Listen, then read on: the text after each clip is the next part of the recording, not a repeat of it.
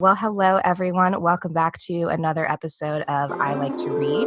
Today, I am very, very excited to be joined by author and investigator Jax Miller.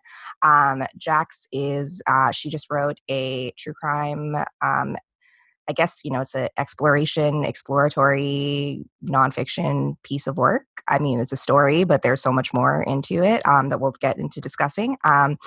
But yeah, so Jax wrote Hell in the Heartland, which we'll be discussing the case of Ashley and Laura Bible. Ashley Freeman and Laura Bible. And so, Jax, if you want to sort of start out with what got you interested in this case, if you want to give our listeners a little bit of background, just the basics of this case, and then I know that there's so many bungled problems. We can get into sort of the problems with the case, but if you want to just give a little bit of like the background and the initial and sort of what drew you to that, and then we can go from there. All right. Well, first of all, thank you for having me. I love to write, so there's that. I started. I'm a fiction writer. I started my career in fiction, so this was my first nonfiction. So it was a bit of a leap for me. And everyone asks me, where did you first hear about this case? And the truth is, I don't have a good answer. I don't remember where I first heard this case, but it always it always stuck with me.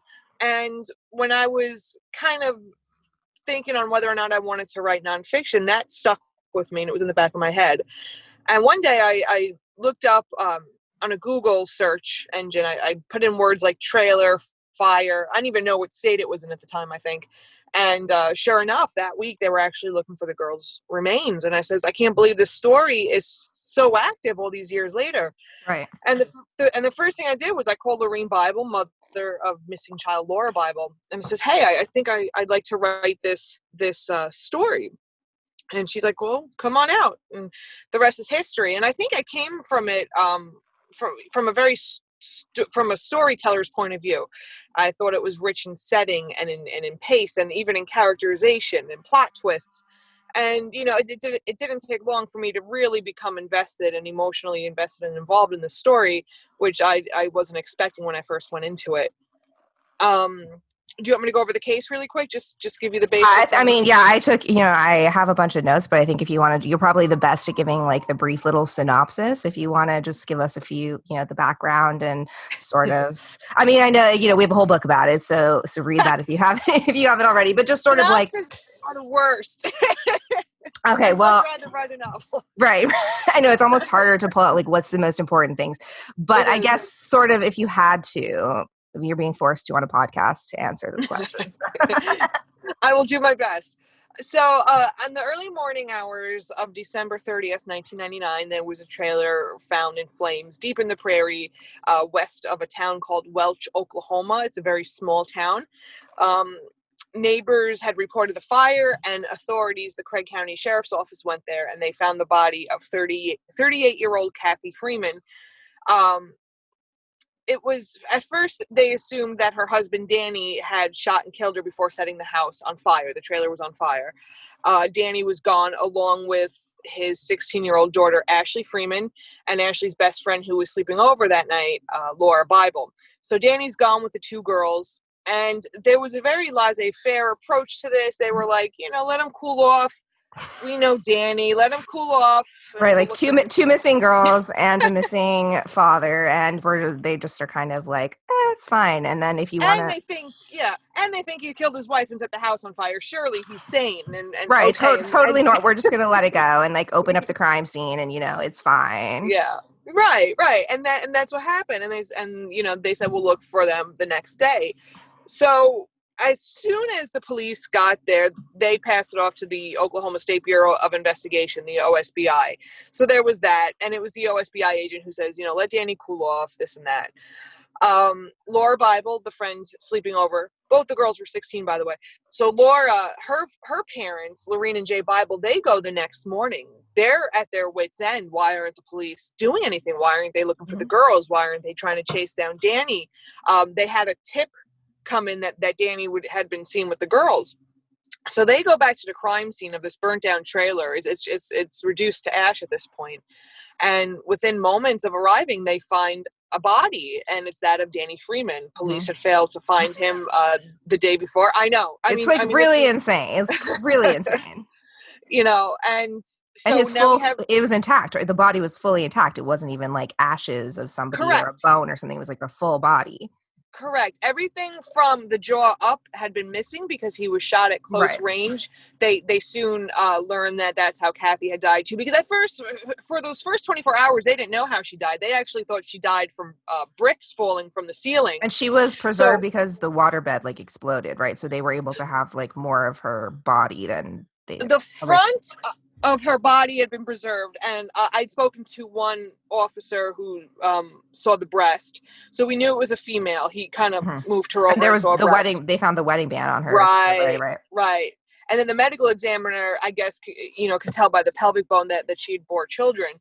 Mm. Um, So they knew it wasn't the girls. Then they knew it was right, Kathy. Yeah. right. But they didn't know how she died at that point. And then when they found Danny, Lorene and Jay knew right away that it was that he'd been shot to death. So then they assumed this is, probably how Kathy died. And sure enough, Mhm. the autopsy reports confirm that. So we have two dead parents, and now their 16-year-old daughter and her best friend, Laura Bible, have been missing ever since. Now we're approaching 21 years in about a week now. Great. Yeah, Um, the anniversary is coming up. It's crazy. yeah, it's insane. So a lot of theories came forward, and one of the most prominent ones, and you'll hear this a lot when speaking with the Freeman side, is police corruption. Mhm. And that comes up because Kathy and Danny, the parents who were killed, their 17-year-old son, Shane Freeman, had died less than a year before. He was Literally killed by, that year, right? Like in January, it right? wasn't even a year. It Yeah. hadn't even been a year yet. It was less than a year. Right. He died January 8th, and the fire, they were discovered in the early hours of December 30th. So, yeah, it was less than a year. And there was a lot of back and forth between Danny Freeman, and he was a known hothead. He really was. He had a temper, and he was going back and forth with the Craig County Sheriff's Office. Now, I should preface by saying I don't think this was a case where everyone in the sheriff's office was bad. I think it was one or two bad apples, Yeah. and he was going back and forth with them. The rumor was that he was filing a wrongful death suit, and he had 1 year to file suit. That window of expiration was about to close, and then they're murdered. So that lended to a lot of conspiracy, and I think it was merited. I mean, I don't think it was people crying conspiracy out of their grief. I think it was a very merited Well, thing that especially was with worth. how they handled or sort of didn't handle the case. I mean, Right. it's you got to look into it that way too. I mean, there's definitely we've made strides in crime scene investigation since then, but it's also, it was 21 years ago. There was still plenty. There should have been police procedures in Common play, sense, even. common sense. Yeah. I mean, You don't let 100 people walk through a crime scene, especially when you haven't found two of the four people who were potentially involved. Like, it's just really it insane. was crazy. It was crazy. And, the last thing I'll say too about that is, what we learned in the arrests in 2018, there was so much. It wasn't even just failing to find Danny. It wasn't even just the OSBI agent not putting the girls into the databases. It wasn't even them not pursuing the girls. There was so much that was missed. And the sad fact of it is, and this is a real punch to the gut, knowing what we know now, knowing what we learned from the 2018 affidavits, is that if they followed up on any of these pieces of evidence that we found, like there was an insurance card. Right. The that insurance belonged card to was the biggest thing. That's crazy. Yes. The car that was used to transport the girls that night. The multiple witnesses who were saying, they saw them. And they knew all of this in the beginning. They just In those ignored it, initial right? The days. sheriffs just ignored it, right? The people, like, because witnesses were coming to them to say, "Hey, I know this guy who was likely involved." And then now, if we want to jump to the arrest, so we do have one suspect in custody, right? He hasn't been officially charged yet, has he? No, he's been charged, and he was just convicted. Yep. He was just convicted. Okay, wonderful. He was convicted. That I actually got to sit in the courtroom for that. That's amazing. That was a real surreal experience. Yeah. And I'll tell you what's crazy about it. I wrote about him. I've talked to his family members. I spent a long time trying to get to know him without knowing him. Right. And when I finally got to see him in court and I looked him in the eyes, I was expecting all this emotion and all this stuff, but I never felt so indifferent. Really? I looked at him and it was just like, I didn't even care. I didn't even care. Um, I think the most powerful part of that day sitting in the courtroom was listening to Lorene Bible. Yeah. And she made a victim impact statement, and she spoke about forgiveness and things like that. That was the center of that day, not him. That sounds, I can't imagine. Yeah, so you're very close. You're still close with Lorraine, right? You're still Oh in yeah. touch. Yeah. So in the book, a lot of the personal connection. She's sort of your, because in some cases, the police officers are very open to talk, and they're sort of your first step into the case, and that clearly was not going to happen in this instance. So what was it like to get to really, you're 1 degree away from this girl who's been missing your direct, you're almost a family member. You really get to know her and become ingrained in the story, and do you obviously that has a positive impact on your writing. As someone who's read the book, I think it really brings a nice anecdotal bits to the story too, to really get to know these girls as fully fleshed human beings, get to know their families, and then for you to tell their stories with such grace and such giving them the space to really have their stories. So you said you just kind of called her and you were like, hey, I want to talk about your story, and then you developed a relationship from there? Yeah, I remember I said to her, I said, Mrs. Bible, I don't know what the hell I'm doing. I said it to her. And I'll never forget what she said to me. And this was really, and I held on to this, and I still hold on to it. She's like, well, neither do I, but I just keep doing it anyway. Right. That's, You I was know? going to say, you don't know what you're doing, but you've already done so much more than clearly people who pretended they knew what they were doing and weren't getting anything done. So it's Yeah, she's amazing, and she was always my go-to, and like not a word was written without her permission. She's always been my go-to. Her and Lisa, and I think it's because they're the most vocal. They're the ones who are very much out there with Facebook pages, and they're very much in the spotlight. And yeah, I mean, I really made it a point to bring the girls to life. I didn't want this to be sensational. I hate sensationalism, yeah. and I'm not. I think it's good for some people. Some people are better at it. It's just not my thing. I'm not saying there's anything necessarily wrong with it. It's just not for me. Well, they're kind of, I mean, not that there isn't, but I feel like, this comes out in a time when there's been such a true crime boom in the past, 5 or 6 years. And I think there's so much out there, and certain networks and certain programs, really do kind of sensationalize it. We're really, they got that 42-minute program.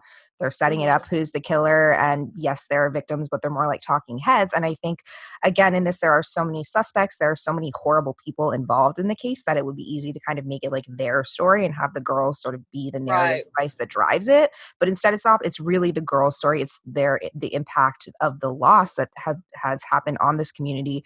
Also, we can talk, the community itself is ravaged by meth. It's a lower income community. It's already ravaged by poverty and tragedy. And then there was 12 other murders that sort of happened around the same time in the area, which is crazy to me as well. Mhm. And so I'm like, is there, no one decided to look into any connections? I know that there was definitely a bunch of suspects and false confessions. Did you look more into that, or was that sort of something that just kind of came up later throughout your research? Like as you were delving into the girl's story, you found out like, oh, there's all this other crazy stuff happening around. No, I think I kind of knew it. Going into it at the time, Jeremy Jones was still the primary suspect, and we had heard the names Pennington Welch and Busick before, but they were very much like not as much. They were kind of like, yeah, we heard the name, Were they didn't know still that alive? much. When did they, because so two of them are dead. So when did they die? Were they dead at the time that you started investigating this? One of them died probably months before I started, and Oh man, that that's pisses me that's off gotta be all the hard. time. Because you know what? I think he was the one. If police got to him, I think he would have He confessed. would have been I what to think he would break. have sang. I think he would have sang like a canary because he made with him, and I'm talking about Pennington. Mhm. Pennington seemed to have a lot of remorse. Not enough to go to police, unfortunately. But where he Dude, was talking to people about it, and it was he something was that didn't leave his life. It was like, I he did. he was found crying in a Mm. parking lot, and he confessed to a member of the church. I think it was a pastor or something like that, what he had done. And he felt so full of shame because he had found God and things like this. He had made references to his family, things like that. And I really think if they just knew him, Mm. I think he would have sang. And that kills me all the time. But going into this, Jeremy Jones was the number one suspect, and even I thought like this guy did it, not knowing all the facts. I would go to research that, and I would come to believe that he didn't have anything to do with it. And then, so when I'm doing research and I'm talking to different people, it's always in the back of my head. Am I talking to the killer? Is this person somebody who knows something? And that's terrifying, I think, in a sense, because we're not meeting in a sterile, environment. We're meeting in parks where, anything could happen. I mean, do you go by yourself to or do you always have somebody with you, or you? It depends on the situation. It depends on the situation. Never alone, but I always do have safety. I always have safety plans in place. So I'm never in danger, or at least I'm in the Hopefully least amount of danger, or in the least amount of danger as possible. But these three men, two of them died. One died in 2007. Phil Welch, who was thought to be the ringleader, he died in 2007 of And he complications was the one whose insurance card that ALS. they found, right? Was it Phil It was Welch? Or his was it girlfriend's. his Correct. girlfriend's, right? And she had gone to the police, right? Or it was her, or one of their girlfriends had kind of gone to the police in the beginning. Trying to. I don't think they went to the police. No. The original private investigators, Dugan and Pryor, chased down this woman. Right. From the insurance thing. I don't know when she actually spoke to police. I don't think she probably went on her own volition. They probably went to see her. Right. I don't know if that was years later or if that was back then. I can't remember off the top of my head. Because it was found in that box, jumping ahead to sort of when they were arrested, because it was part of what was found in that box from the new sheriff, right? But it wasn't. It wasn't? Okay. That was that's one of the biggest rumors out there. And I know it ticks the family off a bit. Good. So let's clear the air. It's a misconception. It's a rumor. Good. No. Let me clear the air here. So, and I was watching, Dr. Oz. We did the thing. Yeah. So you were just on Dr. We'll link that below. We'll plug it. And it's like, no. No. No. So it was 2018, or it was like the 18th anniversary of the girl's disappearance, and they did that as a publicity stunt with the permission of the families. Let's get people talking. Let's say we found these notes. The notes they found was not anything new. It was not anything groundbreaking. Okay. So they just got to use that as a device to be like, hey, okay. Yes. The truth, they did find a box, but from what I've been told, it nothing, wasn't. And it was groundbreaking. Right. But they said, well, let's use this. Let's get people talking. And it works, because I think it did help people come forward with tips. So, there's nothing wrong with that. But I think a lot of people give a lot of credit to that crate being on how they found the killers. That's not the case. Around that time, and that was all around so that was 2018, I believe. Yeah, I think that's what I know. Or maybe late 17. It might have been late 17, but I came in around 15 or 16, so it was a little bit after me. But it was all around the same time around the time I came in. That happened a couple of years later. At this point, there are new, really good agents on the case. And it's also the time, and this is what I credit to this can of worms being open the past couple of years, is the family opens the Find Laura Bible page on Facebook. And that opened the floodgates. People started coming forward, and people were like, hey, I have information. I went to police years ago with it. Nobody ever took me seriously. Here it is. It's really the Facebook page and social media. I think that's where the credit belongs, honestly. And people ask me, does your book do it? Did that creative evidence do it? I personally think that was the bulk of it, was this Facebook page. And people started coming forward. And I know Lisa, who runs the page, she's the cousin of Laura Bible. Lisa and Lorene run it, and I know they take every tip seriously. They investigate every single tip, and they get hundreds, maybe thousands. So are they still getting tips and information all the time? Now? Yeah. Because the biggest thing is, so we do have a confession. We do have one of the three killers in custody, but we still don't know where these girls' bodies are. And I think that's, of course, the biggest question. And, we want to bring them home. We have to assume at this point that they are deceased, unfortunately. But, in rural Oklahoma, you have thousands of miles of mines. And I think that is, you can have cadaver dogs, you can have top of the line resources, but when you have such a vast area of land and and a guy, he might know where they are and just never tell us. He might not even know, because I just think that's to know that you're probably never going to see your daughters again, and to never have that resolution, but then just to that 1% chance, is there a chance they escaped? And I just can't imagine, you really need their body to feel that sense of peace. And I can't imagine what it's like to go through that. And then knowing also that killer is the presumed killer is in custody and that you'll still never really know. I mean, I think that's just horrible. It's crazy too, because I think as far as the mines, and I think that really was, I think that really sets the stage for this story, is Yeah. a town like Pitcher, this former lead mining town that's kind of been wiped out. And the thing is that even if he gave precise locations, if the girls are in a mine or a sinkhole in Pitcher, the thing is that these mines flush. Right. Or they're inaccessible because of collapsing and poisonous water. I mean, there's so many things to consider. It's not just the not knowing where they are. It's they may not be in the same place. However, and I've always believed that the girls are somewhere in Pitcher, but I know, and I can't get into too much detail about this, but it's been made known that the girls might be elsewhere Mm. in Pitcher, that not necessarily a mine. Their most recent search, and I was very well, I don't know if it's their most recent, it's their most recent public search. Mm-hmm. I was with them this summer when they searched in a cellar in Pitcher. So it was a former property there.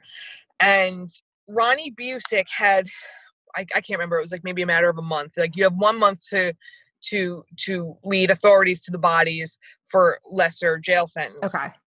for a lesser prison sentence. So he took them to this cellar, but then it didn't pan out. And what authority says, they said, we think he's being truthful. We don't think he's being manipulative. We think his brain's half mush. Is that just because of meth and his addictions, or does he have like dementia? Does he have a diagnosed disease that we know? Because he had a mental consultation right before, like a competency hearing before he could stand that trial, was a right? big thing. That was a big thing because that was a rare case where they actually did competency by jury, because they could not decide on whether or not this man was competent. I mean, from what it's for you presume that any sort of killer has some sort of mental deficiency, and that they're, but it's also when you combine drugs and everything, but it's also like, if he got away with it for this long and he's doing okay, seems to me it's hard. I can never put my finger on him. I says, I don't know if he's genuinely like this or if he's real manipulative, because I think he does know how to play the system. Yeah, and it is easy to fool people, and if you're familiar with the system too, and as we saw with other suspects too, they were fooling the system, and they just wanted some time out of jail, and they just wanted some Wendy's or something, and they wanted well, and now he was also shot in the head, which they took into consideration. Okay, that too. Definitely will play a part. Yeah. He'd been shot in the head back in the 70s over messing with someone else's girl or something like that. But and I've talked to his family, and they're like, he was always kind of dumb. He was he was not bright by any means, but he also knew the system, because that's kind of where he was raised. So it's always been like, maybe for what my personal opinion, and of course I can never speak for the families, but I do know that this is largely the opinion. He wasn't the ringleader of this trio. Yeah, he just happens to be the one left alive. Right. He was the tag along, kind of the dope who. Yeah, the lookout or somebody. Yeah. Right. But he knew. I believe that's what he claimed. So since the book, there's been a lot of new things. We have now learned what happened in that house that night. I don't know if you know about this. No, I don't think I do. So this is the New Year's Eve party? So in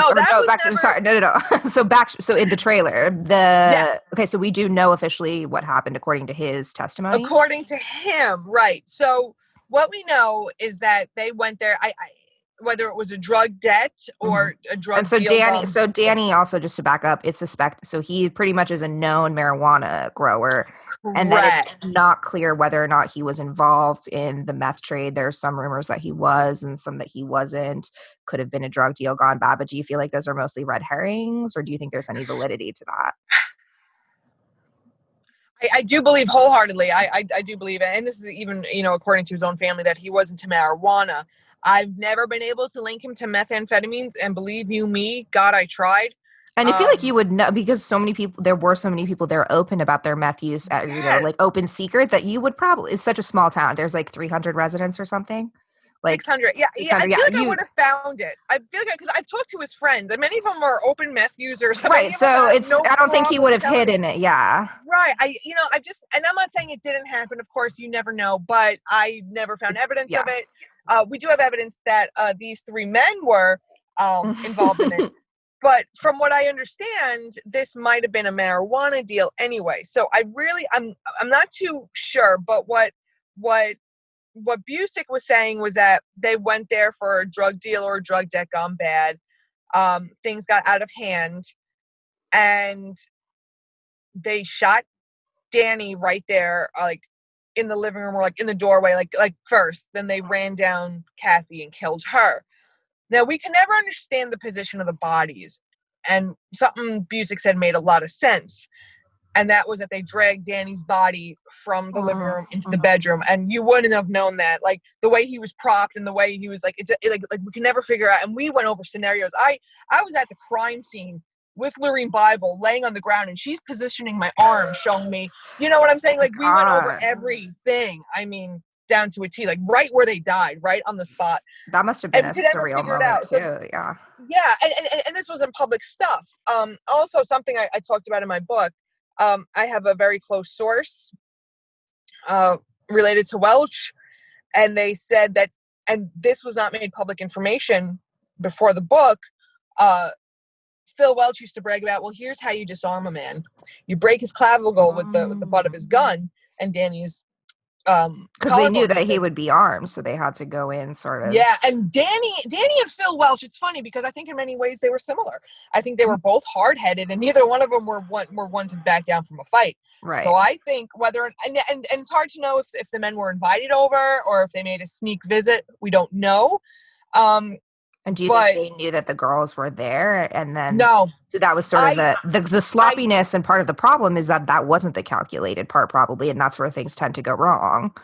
Yeah, and personally, of course, I'm not the killers. I can't tell you. Yes, all alleged speculation, of course. Yes, speculating.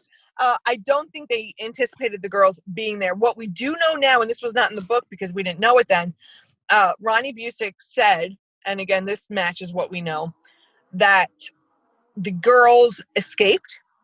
They ran into the prairie in separate directions. Oh. And the fire illuminated them. One of them poked up their heads. Now, what wasn't said, and this is speculation, but I'm willing to bet on it. We know that Sissy the dog was there that night, and I think she gave him away.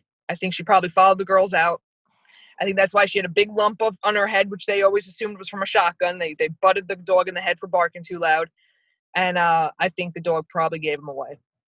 And it's just that's speculation. We'll never know. Like, that's the unfortunate, even if someone gives a full confession, it's like, unless you were there are little things like that we'll never know. And crime scene analysis can only get us so far, even if it's done properly, which it wasn't in this case. Yeah. But that's so sad. And so do you think then from there, sort of, what can you speculate happened? And so there's a bunch of rumors and witness testimony that they were spotted at this like New Year's Eve party in this sort of meth centric area. There's alleged videotapes and alleged rape and sexual assault, and then sort of unclear, I think, between then and how they I mean, they're never going to be let out alive at that point. But I've always wondered, do you think there was a possibility that the sex trafficking industry was a possibility, that there was any intention to ever keep them alive, or that it was just kind of a playthings for a few days and then we're going to get rid of them? So here's the part in the book that I always found to be a little bit convoluted, but I was so afraid of not including that meth area, places like Wyandotte and the Shadwicks and the Glovers and things like that. I was afraid not to put them in because I don't think we know everything yet. Right. And I think there's still more players. Right, so it's not even clear exactly which house the New Year's Eve party was at. There's multiple, and even though both of the properties have been searched and no one's ever been charged, it's, just because you don't have anybody charged doesn't mean that they're innocent until proven guilty. But that doesn't. We're also dealing with a lot of cops who didn't care to look at these men. It was never a case of, let's go look for the girls and we'll search here. It's like, oh, we're going to go arrest these meth heads. And then the meth heads start bringing up the girls because they want just to cause trouble. They have nothing, so you never know. Sex trafficking, I think, I don't think in the broad sense like you're thinking, like where I don't think it was a systematic operation. No, but just sort of like hey, I'm gonna give this girl to this guy and let him do what he wants with her, like a much more rural, terrible idea. According to Ronnie Busick, and this is something we've always believed, was that the girls were drugged up, gang raped, and pictures had proven Mhm. this. There's no evidence of those photos, are there? Or do people actually have those photos anywhere? Or is just sort of word Um, of mouth? I think it's more word of mouth. I think it's more word of mouth. But I do believe that they existed. Also, I think you have to look at the killers, and this is something I really didn't do much in the book, and I actually didn't do a lot of until after the book, was looking into Phil Welch, talking to, everyone who knew him, going to his old childhood homes. I mean, I did all that this summer, and knowing what I know about him, stuff that's really not public, it's his MO. He Mhm. enjoyed taking pictures. He he did a lot of things. I don't want to get into too much detail, only because it's not that it's not public. I just don't want to put images in the family's head that don't need to Yeah, be yeah, there. yeah, of I don't course. want Of to say course. certain Of things, course. but everything that's been said, I do believe. He has I do it's, believe. it doesn't come out of nowhere. He has a background where Right. he has patterns that fit this. And do you Right. think that these are, I mean, the only girls, or do you have any thoughts or speculate, Mm. do you think that I this have was a the very first time? strong opinion, but I'm going to keep it to myself. Sure. Um, I'm just going to say that I think there's a lot to be learned. Right. And I think that, this is such a brutal and vicious crime. And even though it wasn't necessarily the most organized or the most, methodical, it still is so brutal and vicious that it's, doesn't seem like the sort of one-off incident. And again, if you add in drugs and if you add in mental illness and if you add in all these other components, Mm-hmm. and you also, and I feel like, in that kind of environment, I've always lived on, coastal elite sort of liberal cities, but in sort of the Midwest and that kind of area, when you have this understanding that the police are maybe not going to come knocking on your door for every little transgression, and you already have this sort of understanding that, things are easier to get away with, that kind of Mm-hmm. heightens, I think, the notion that you can do whatever you want. And Well, so, that and you yeah, also have to, and you have to take into consideration too is that, and I'm not saying this now with the current administration, but even back then, like, a lot of these men were in the police's pockets. right. It was very lawless. I know people who knew Phil Welch, cops, and they said, well, we didn't arrest him back in the day because we were too afraid of him. And Yeah. there were many times he should have been taken off the effing street. If you want to know the truth, there were many times he should have been put Right, away. like if And he had just been arrested for one smaller, that's how yes. that's always the saddest thing too, is when you Mm-hmm. hear about these people who've committed these horrible crimes. And again, it's usually not their Yeah. first time the rodeo, and sometimes they do have an actual record of it for maybe smaller transgressions, but it's really horrible. Yeah. Yeah. And that Uh, was this case here. Yeah. yeah, and so do you want to talk, so there's a little bit also about the speculation that the cartel may be involved and that there might be some sort of like larger looming things. Nah, Nah, you didn't think so? I don't think so. I looked. Yeah, so like what was it like to kind of just take those sort of, it seems usually it's like Occam's razor. The most obvious explanation is the Right. solution. And so And it's I've heard some shit. Yeah, I'm sorry. Can I curse? yeah, I yeah, of course. I heard some crazy shit in this story. Right, like, so people So think that the girl, I think one of the craziest things is that, especially when you look at the evidence in the beginning and you don't really look at the bigger picture, people think that the girls potentially did it, right? That was a big rumor at I the wondered time. and that was the thing I really looked into, especially in the beginning, if only to rule it out. Mhm. Because it's like the families are like, no, they wouldn't do that. But of course, any family member is going to say that. And not knowing what I know now, of course, it's like, well, let's look into it. Is this something that warrants more researching? The evidence it really does not point to the girls to this at all. As far as cartel, I remember bringing that up to Lorene Bible, Laura's mother. And she's like, they weren't involved. I says, well, how do you know? She's like, because I have my ways. she, Right, like she, she's she already met done. she met like kingpins and shit. Like she has gone to the cartel and said, "What do you know?"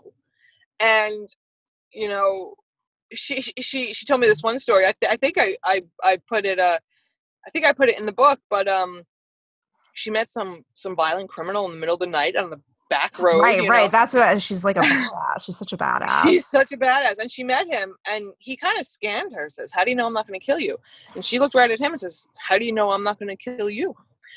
You can't stop this woman from trying to find her daughter. And No, it's I like think she's already she's, gone through the worst thing that imaginable that could have yes, happened to her. So I'm sure at this point she's like, whatever it takes. Like, I've yeah, already gone through the worst. Nothing else can scare me. exactly. But no, she felt, and I didn't get all the details. She'll never divulge them to anyone. But she Probably felt because she doesn't want to be satisfied. hunted down by the cartel also, Well, that too. But you know what? Something I've learned in this story is trust Lorene. And there are times Mhm. when I've argued with her. I'm like, Lorene, you're wrong. You're wrong. And she's like, yeah, fine, I'm wrong, whatever. Let's see. And she's She's always always right. right. She's always right. And so I've learned to trust Lorene. And I think that was a big pill for me to swallow, just to swallow my pride. Because there were plenty of times where it's like, I really wanted to do something. And she's like, I need you to stop right now. And I'd be like, no. And You she's have to like, honor her wishes too, and also. I Try to do. honor, yeah. And it always works out. She's always right. And you don't see it, but she is, I mean, well, or you do see it actually. She's the number one investigator. I mean, there is no stone left unturned. And people say like Jax Miller leaves no stone unturned in her book. And I'm like, yeah, right. You should see Lorene. she's I mean, nothing. And she's been doing it for 20 years. Right. I This has mean, been her entire life. She's this is dedicated her her entire life, purpose. which Her is amazing. purpose. I mean, you always hear about that, but I don't think I mean, I'm sure there are other instances, of course, but to really just have that like she's taking on the role of private investigator, police officer, like undercover officer, like she's doing more than just knocking on doors. Like she's really taking efforts to look short of like going into the mines herself, which who knows, Yeah. maybe one day she will. She might, if anyone could, I was to say I could just see her getting on like a wetsuit and like she'd be your woman going into the mines. Unfortunately, I'm not sure if you knew this, and this has only been released recently. She is very sick now. Because she's old. She was old. I mean, it's been 21 years since that happened. Actually, she had some pre-existing stuff before that. She's been sick a while, and she's known it, but she hasn't wanted to say anything because she wants to focus. Yeah, of course. And also, but, I imagine the psychological stress that this takes on you, of course, doesn't help either. That's why she's here today, is because that woman is so psychologically strong, and I don't know how. And I've said that to her. I'm like, I don't know how. Steadfastness. I mean, yeah, she's truly incredible. She's amazing. I mean, yeah, without her, I don't think that this case, I mean, because again, she was your first point of contact. I don't think that this case would be what it is today. And I think it's wonderful that you have this strong connection with her, because oftentimes I feel like in other cases and other stories I've read, there starts out with an initial connection with the family, and then for whatever reason or another, ties get crossed and there's a non-amicable parting. And for her to be such an ally in this still with you, and for you to really take that step back and to be like, yes, I'm telling this story, but it's not my story, it's someone else's story, and to really give her that platform. But also she respects you clearly and has let you take this story and be her voice. I think that's just such like a wonderful partnership that you two have. Yeah, and it didn't come easy, I think, because I don't think my heart was ever in a bad place by any means. I don't think that, but I think I went in thinking I'm going to write my book. And something I've always said is like my vocabulary changed over the years. I went from being my book to writing their story. And again, I don't think my heart was in a bad place. It was just, I'm a writer. I know what I want. I like that control over my writing. And so true crime was my experience of letting go of that control. And I'm glad that happened, because I think that's the main difference between fiction and nonfiction. Is in fiction, it's very cathartic. It's about releasing your demons and your feelings and expressing yourself, and it's all about you in a way, and escapism too. That's another thing. But with true crime, it's about something bigger than you. And that's something I didn't know going into it. And so it became my book into their story. And I'm happy for that. And we had a lot of tug of wars. There were things in the book, they're like, no, we don't like this. And there were things like, can you do this instead? It was very collaborative, but I'm also very grateful, because I feel like that's how I got the girls right. That's how I got the voice right. That's how I got the tone right, was because of their work on this book too. And people don't realize how much they worked on this book too. It wasn't just my book, it was their story. So, well, I think it's your experience with the story too, because what I think is so great about this book is that you also tie in your own, you're there as a character reporting on this story, and you are dictating your own anxieties and you're dictating your own personal relationship with this case, because it is so visceral, because it is such a small community and you're really getting to know these people. I mean, not, the JonBenét case and, the cases that we hear about all the time, not that those cases aren't important, but it's like, or Ted Bundy, like I'm sick of hearing about Ted Bundy. Like this is what, Anne Rule, and to hear about his victims is still, if I am going to hear about Ted Bundy, I want to hear about his victims and their stories. I don't want to hear about him. But I haven't found, I feel like true crime, the people telling these stories also are involved in these stories, especially if it is a yearly long and multiple year long investigative thing versus just maybe like a 40-minute podcast that you're doing about one case and then moving on to the next one. Like, you're really ingrained in the story, and I think you balance really beautifully we get to know you as a person and your personal experience to the story while you give everyone else the space to tell their stories, and it really just dovetails nicely. Like, I love reading, I love memoirs, I love true crime, I love nonfiction, and I think yours blends all of them beautifully. Like, at times their story is really reading like almost like a fictional, like too crazy to believe it story, but then whether it's Lorraine or whether it's you or somebody else, like your own personal connection, like you're the audience, you're kind of giving us the perspective as well. So I definitely, I loved it. Obviously that's why I wanted you here, but I mean, I read a lot of true crime, and it definitely, I wanted to know sort of, I don't even know my answer, but what are kind of the crimes and the true crimes that inspired you before all this? Like, have you always been into sort of detective and true crime and mystery stuff, or was it more like something about this specific story really drew you back into it? I think, well, just going back to what you were saying, just like inserting myself in the story wasn't exactly a writing style choice. That was largely brought on by my publishers. I'm still very embarrassed in Well, many I ways. really liked it though. I thought it made Yeah. I made it a unique story. I think that's what I mean. Of course, it's a fascinating story to begin with, but then really getting, and now that I'm getting to talk to you, it's even more wonderful. But I'm such a story person, and I think that's Mm-hmm. I've read quite a few true crime novels that are fascinating, or memoir. Not, I always say everything's a novel, even when it's fiction, nonfiction. But Me too. I do that too. it's my big. I I'm do like, that too. and her novel. I'm like, oh, but shit, that was nonfiction. But I I do like, that too. like, I don't know if you've read the most recent one I can think of is the Lazarus Files, about like the Stephanie Lazarus and Sherry Rasmussen No, case. That case is fascinating. I've not heard that. Oh my gosh, Stephanie Lazarus was an LAPD officer. Don't even tell me. Don't even I'm tell not me, because okay. I'm So gonna look it's into a it. 30-year-old. Okay, I would say it's a 30-year-old Don't cold spoil. case involved with police corruption, and it is solved.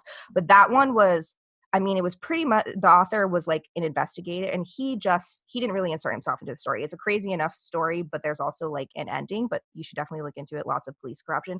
But that one I enjoyed. But I'm like, okay, I got a really comprehensive background of the case. I got to know the people in the case as people instead of just victims or murderers or whatever.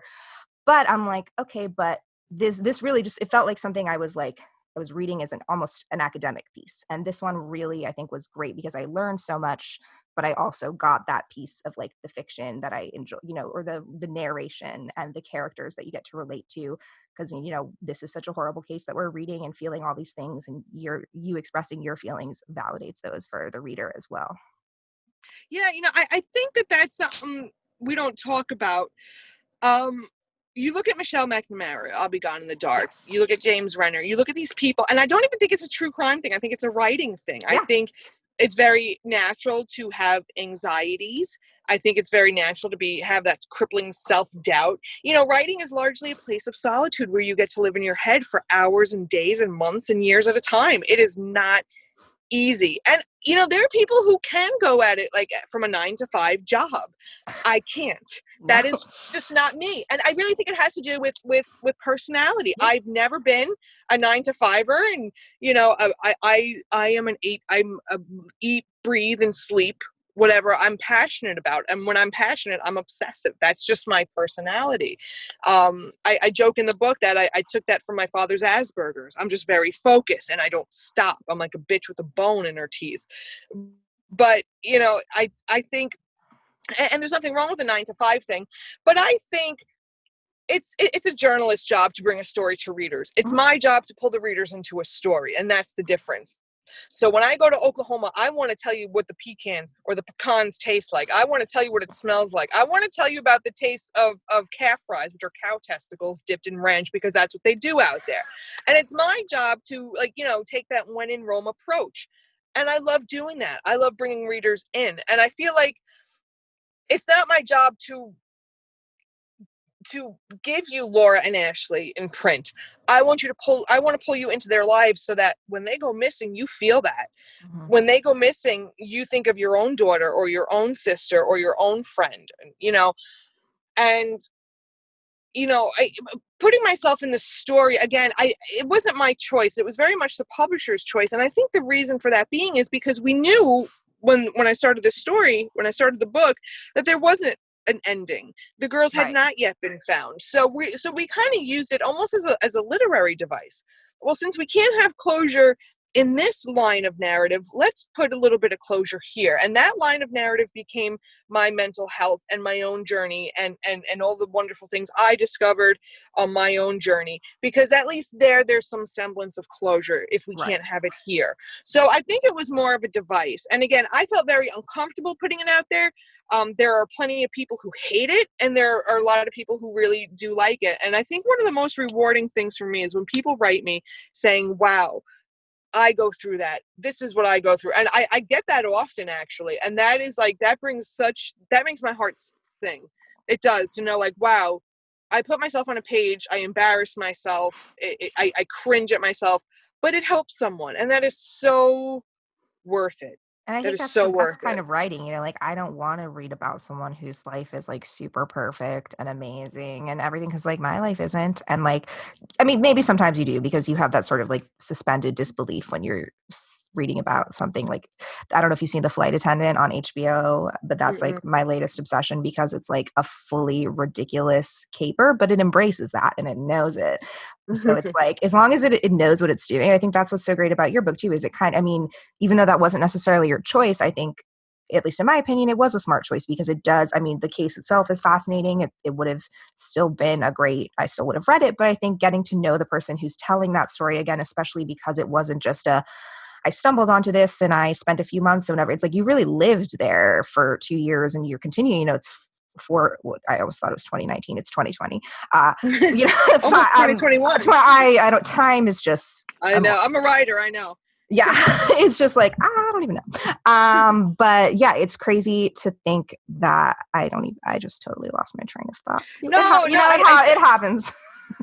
Oh yeah, I know just putting it in. I think it really, again, it puts us in your shoes, and I always admire when people are so vulnerable and able to share their experiences. And it's, you don't go into it thinking it's not a memoir about mental health and your struggles with anxiety, but that you don't know that going in, and that you get that in between the also very real anxieties of all these other people in the town. And also, of course, it's going to be, I mean, I have anxiety as well, and I can't even imagine like being like what you said, like reenacting the crime scenes and everything. Like that's just such a visceral, surreal moment. And I think to then share, to share everything the weight that goes along with that, because I think if you just pretended everything was normal and then it's like totally chill to be investigating this horrific crime, like that's not normal. Like I think to express everything and be so vulnerable, that is what really, inspired me to want to talk to you and wanted me to get to know more about you in this case.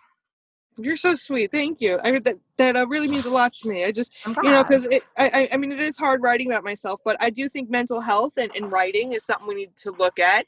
I'm not famous or anything, but you look at famous people like Michelle McNamara. You're famous to me.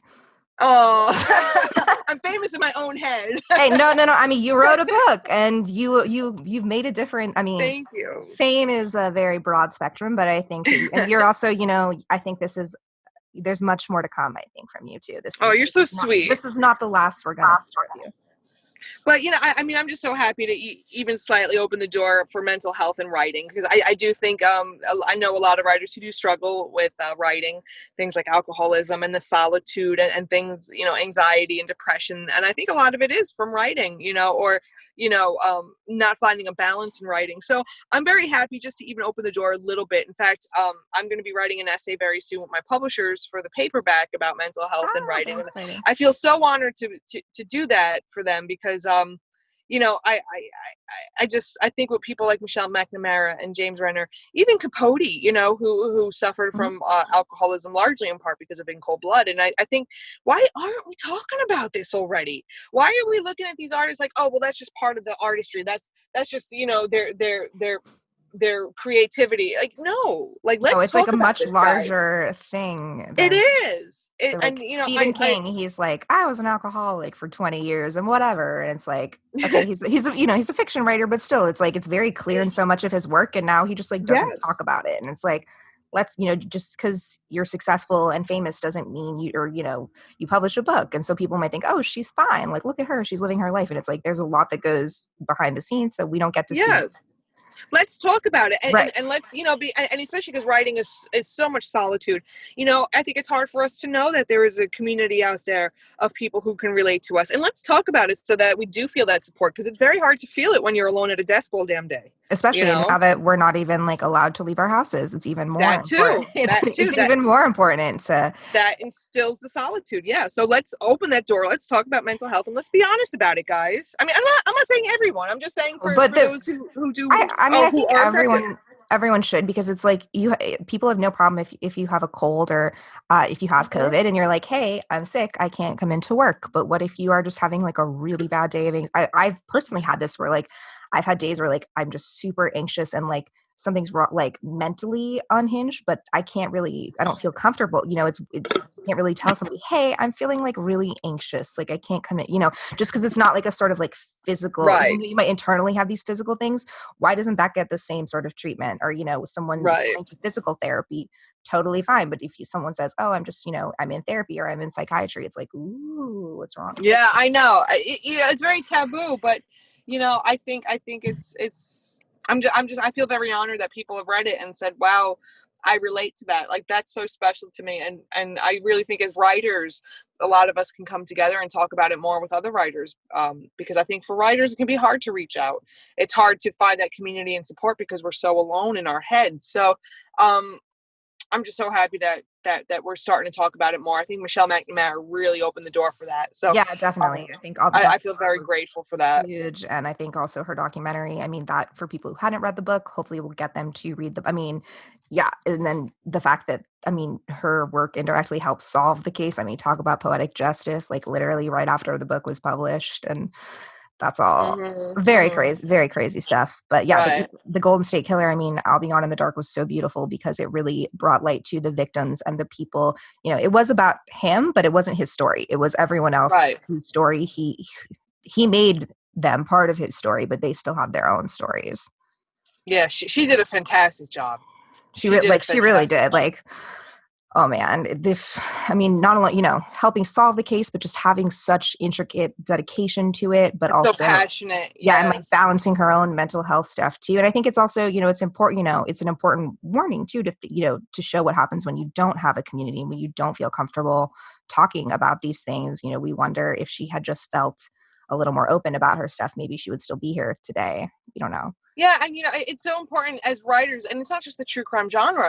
Because I've done fiction before I did true crime, and I suffered the same. I feel like I think it's just important to check yourself, to get up and get out of your own head for a while. Meditate, eat right, exercise, do things. And I know Stephen King. He wrote in his book on writing. He wrote about doing exercise, having those mental checks. It's important, because he talks a little bit about when his family intervened because of his alcoholism and drug use and whatnot, and how he did become sober. So, I think, again, I just think we're talking about it more, and I'm so grateful we are, and I hope to talk about it more.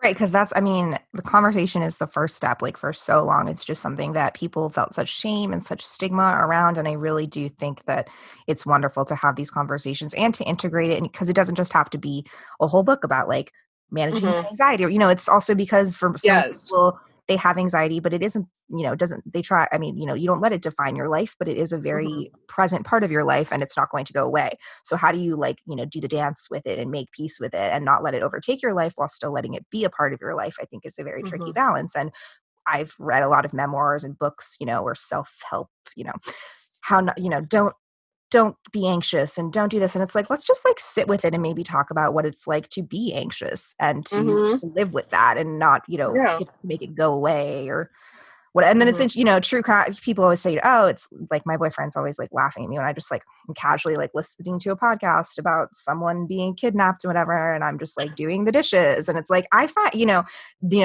people who have such anxiety find the comfort and the soothing of these. And I know for me, it's like, I always assume the worst is going to happen. I always assume, maybe if I'm walking outside, maybe I will be murdered. And so I just kind of, if you're ready for that, then it's almost less scary, I think, to be aware that I don't go into every place like thinking I'm going to be murdered, but it's like, I find it, and I also, I like to learn things, and I like to see how for each no crime is the same. And I think it's interesting how people, not only these stories, but how people tell these stories. I'm also fascinated by, because there's so many different ways, whether it's like a scripted podcast, whether it's us just having a conversation, whether it's, a highly produced investigation discovery special. Like, there's so many different ways of telling it, and even the same story being told in different ways. Like, how as a film person, I'm just like interested in how they choose to tell the story as well. And then the story itself is the fascinating part too.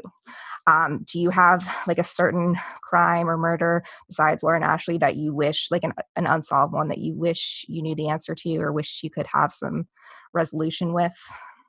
Yes, but I'm not going to tell them to you because it's what I'm working on. Oh, okay. Darn.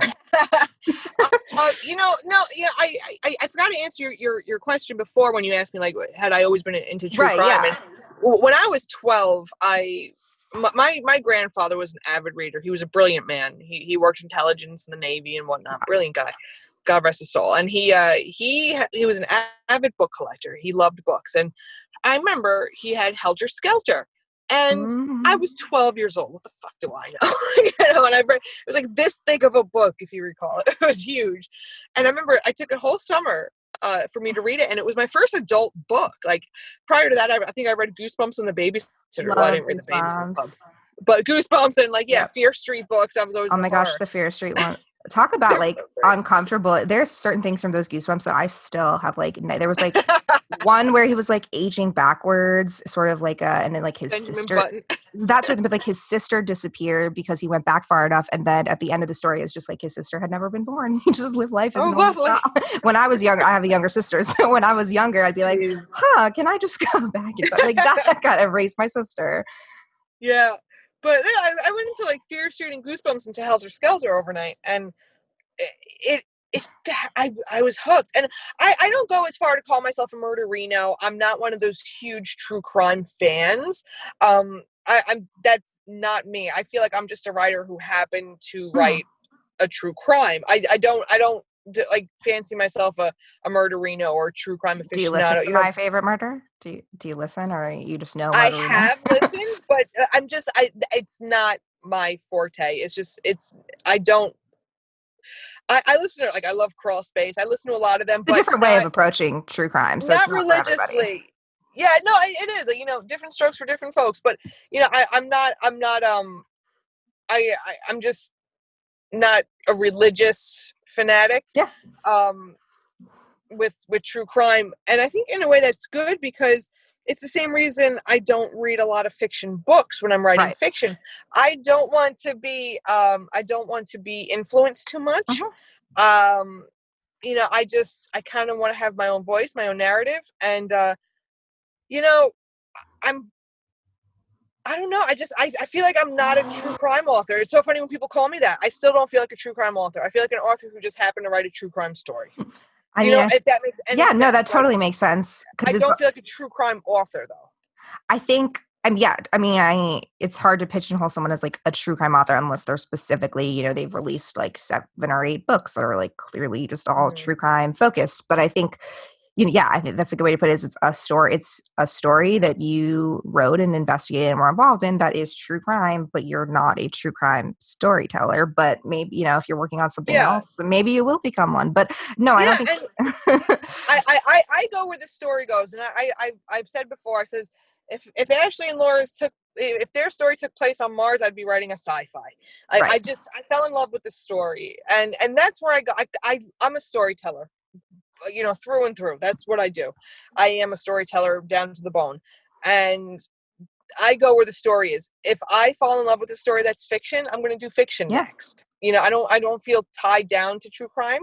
But I think in this journey with Laura and Ashley, I've largely discovered that this might be what I want to do again. And this is what I'm doing now, because I have really loved being a voice and helping give voice to a family. You're an advocate too. I love that. And I think it's purposeful, and I think it's about, again, being bigger than myself.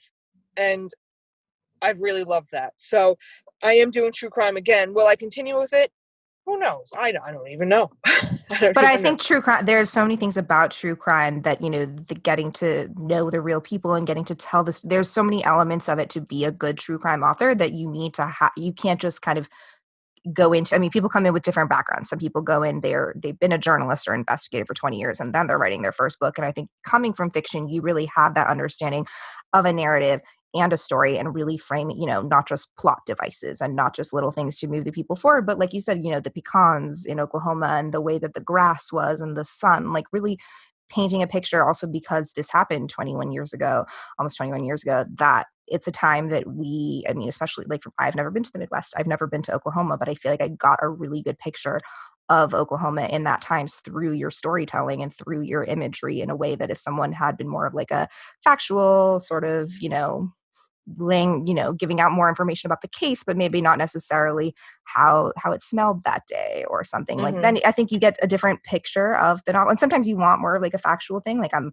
all for reading like a long form article, but even I find like the long form articles where the person has some sort of, something to say about it. You're not just regurgitating the information and you have a lot to say while also, providing this call for action that this is, we need to continue. It's always, someone knows something. That's all it is one person who knows something. And then that person tells somebody, and that's how you solve cases have been solved on less. So I feel, right. Who knows? The fact that there's that someone's in custody, that's one step, but I imagine that doesn't give too much peace. And that it is, it doesn't tie neatly with a bow. There is still that sort of unresolved resolution. And I think that those are the hardest cases to process. And it leaves us with that discomfort of like, yeah, we want it to be tied neatly in a bow. And there were a couple, if they thought it was Jeremy Jones, maybe it would have been, but that's not how life works out. And that's not how this case worked out. And I think acknowledging that is a big step. Yeah. I've asked Lorene, do you feel closure with Ronnie being put in, with him being charged and convicted and all? And she says, this isn't over till my girls are found, until the girls are found. And that's the bottom line. This story, the book is over, the book is ended, but the story continues for the families and it will continue until those girls are finally found. Yeah. And I think just continuing to talk again, like I had no idea about this case until I read your book. So I will link it down below. So for everybody who has not checked it out, definitely make sure. It makes a great, I think I'm going to try to put this up tomorrow. So it makes a great last minute holiday gift. Support your local bookstore, or if you have to get it on Amazon, get it on Amazon. But yeah, I also read this, like, I actually had COVID last month. I'm okay. Oh God. Mild symptoms, I'm fine. So I read it like as I was very not feeling great, but it like made me want to, like, I'm always reading. I'm reading every day, but that I'll always remember it too, because I was like feeling so weird when I was reading it. Did it like bring you back to life? Yeah, it was so good that I was like literally, like, I'm a napper, but like, oh my gosh, I was sleeping so much of the day. And like, I was like, literally, like, I just have to stay awake to like finish this book. Like, really like was bringing me back to life. And I tested negative the week after. So maybe your book saved me. I don't know. Hey, it could have been. Can we blurb that? This book saves people from COVID-19. COVID in the heartland. COVID in the heartland. Oh my gosh. And that's the book comes with a vaccine, guys. Are they, totally unrelated, but are they like ravaged by COVID over there? Do you know, like, they've been spiking there. They've been hit really hard. I imagine people don't know are not about big mask wearers there, but that's just me. Yeah, stereotyping. When I was there over the summer, when I was over there in the summer, right, in the rural areas, you don't see the mask wearing much. But when we were in Tulsa, it was like no one in the streets. It was like complete lockdown. Yeah. So in the rural areas, not really. But I don't know about there personally, but I know Oklahoma was hit hard. I want to say it's probably dying down by now, but I can't be sure. But Los Angeles is like the worst place right now. Literally, I'm glad I already had it because it's the worst county and the worst state right now. Like, we are like number one for COVID. So wow, God bless you. Yep, so get hell in the heartland; it'll cure you. Get hell, yes, cures you from COVID. So you're working on some other projects, and you were just on Dr. Oz. Would you have anything else sort of like planned for this book, or is it kind of just like you have a paperback version coming out soon, right? I just started getting word of that, so we're doing a lot of work for the paperback. That won't be out till like the spring or summertime though. But yeah, I'm starting work now. I have to have it back to them in a few weeks, so that's what I'll be working on the next couple weeks. Yeah, I plan on traveling very soon. The COVID has really slowed me down from researching my next project, but it looks like I'm getting the green light very soon. And I can't wait. Hopefully soon after the new year, I'm going to be announcing something. So I stay can't tuned. wait. Yes, Stay very tuned. excited. Well, thank you so much for taking the time to talk to me. I loved learning more about this case. I almost want to reread it now because I'm just like, now Oh, that I know you more and that now that I know more, there's also so much to this case that it's hard to, I mean, I yes. know the details, but like I said, like I took like 4 pages of notes and half of that was just the potential suspects. Like there's so It much is so information to this case much. that like it really is worth the second read, and it's definitely I'm gonna keep an eye on it, and hopefully Thank we you. will find Laura and Ashley. I'll link their Facebook page below too, just in the off Thank chance you. I was just anyone going to watching. ask Yeah, that. say if Thank anyone you. watching this happens to know anything, of course, it's always just one person. That's all it takes. So we'll link that down below. Any other parting words before we sign off? No, just thank you so much. Of I've course. loved this interview. Thank you so much Thank for your you. care and And this into is this not the story. last we've heard from you. So maybe you'll be Oh, back for your next project. But fingers crossed. fingers crossed. Thank you so much, Jax. Thank you, Rachel. I appreciate it. Everybody else, check out Hell in the Heartland. Maybe you'll read that for the holidays. Who knows? And until next time, stay reading. Bye.